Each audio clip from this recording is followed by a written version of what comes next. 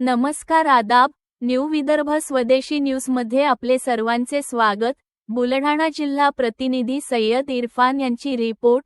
आज दिनांक 24 एप्रिल 2026 रोजी बुलढाणा येथे चुका करून वारंवार माफी मागणाऱ्यांना माफीवीर म्हणावे लागेल, जयश्री शेळके यांची आमदार संजय गायकवाड यांच्यावर टीका। बुलढाणा आमदार संजय गायकवाड यांनी केलेल्या वादग्रस्त वक्तव्यावरून जिल्ह्यातील राजकारण चांगलेच तापले आहे।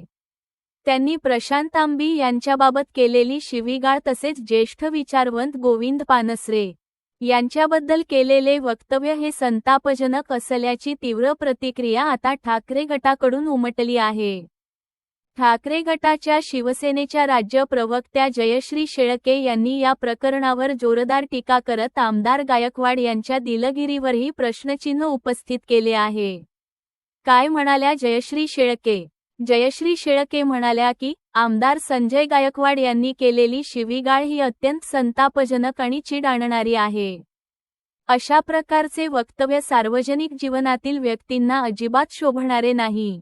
त्यांनी पुढे टोला लगावत म्हटले, जो बूंद सी गई वो हौद से नहीं आएगी, म्हणजेच एकदा झालेली चूक परत भरून निघत नाही।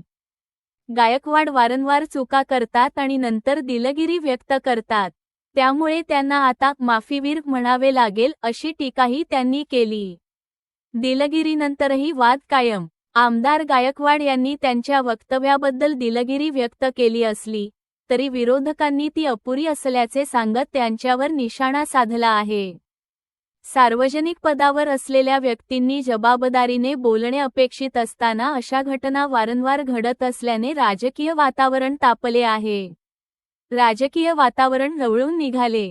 या संपूर्ण प्रकरणामुळे बुलढाणा जिल्ह्यातील राजकारण पुन्हा एकदा चर्चेत आले आहे। आगामी काळात या वादाचे राजकीय पडसाद उमटण्याची शक्यता नाकारता येत नाही।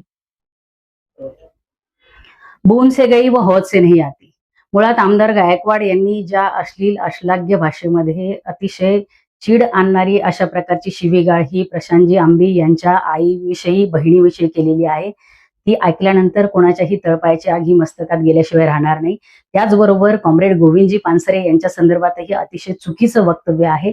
तसंच छत्रपती शिवरायांचा एकेरी उल्लेख हा त्यांनी सुद्धा केलेला आहे। हे सगळं बोलल्याच्या नंतर आता ज्यावेळी कारवाई होईल अशी भीती वाटते, त्यावेळी मग माफीनामा थातुरमातुर हा त्यांनी मागितलेला आहे आणि ही काही पहिली वेळ त्यांची नाहीये।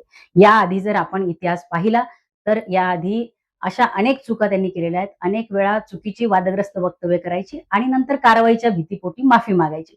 माणूस कोणाला म्हणायचं, एकदा जर चुकला तर त्याला माणूस म्हणता येईल, परंतु वारंवार चुकीची वक्तव्य करून मग कारवाईच्या भीतीपोटी वारंवार माफी मागणाऱ्याला माफीवीर नाही म्हणणार तर काय म्हणणार।